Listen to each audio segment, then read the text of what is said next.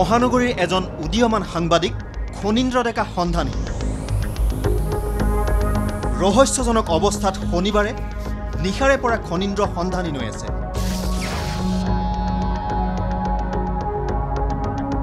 খনীন্দ্ৰ ডেকা অপহৃত হৈছে নে স্বইচ্ছাৰে আত্মগোপন কৰিছে সেয়া এতিয়াও স্পষ্ট হোৱা নাই।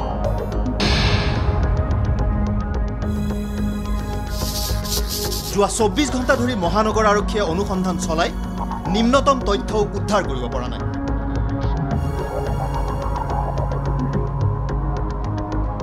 নিউজ লাইভৰ হাতত পৰা তথ্য অনুসৰি দেওবাৰে খনীন্দ্ৰ ডেকাৰ বিবাহৰ দিন ধাৰ্য কৰাৰ কথা আছিল।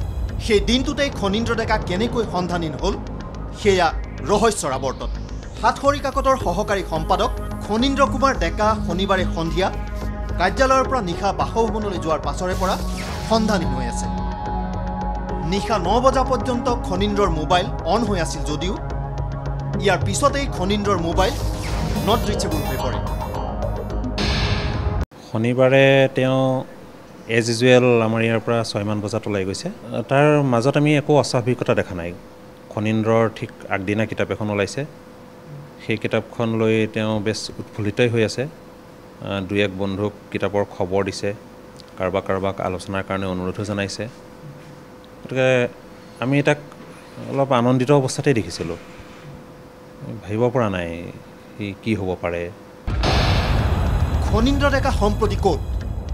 কোনোবাই খনীন্দ্ৰ ডেকাক অপহৰণ কৰিছে নেকি? খনীন্দ্ৰৰ পৰিয়ালে ইয়াৰ কোনো সদুত্তৰ দিব পৰা নাই।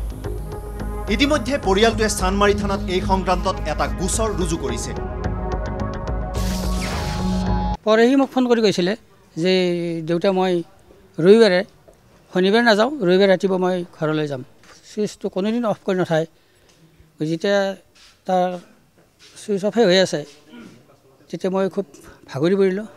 সি যে অকলে কাম কৰে, দিগন্ত ওজা, তেওঁক ফোন কৰিলে।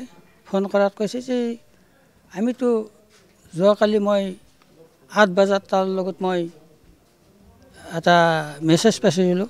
গতিকে আৰুতো সি সেনেকুৱা ল'ৰা নাছিল, সেইটো খুব শান্তশিষ্ট ল'ৰা।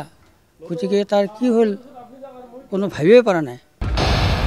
সাহিত্য সংস্কৃতিৰ এজন সমালোচক হিচাপে পৰিচিত খনীন্দ্ৰৰ কোনো শত্ৰু নাছিল বুলি সকলোৱে জানে। নিজৰ মটৰচাইকেলখনৰ সৈতে সন্ধানহীন হৈ থকা খনীন্দ্ৰই কিবা ব্যক্তিগত কাৰণত আত্মগোপন কৰিছে বুলি একাংশ লোকে সন্দেহ প্ৰকাশ কৰিছে। Bureau report, news live.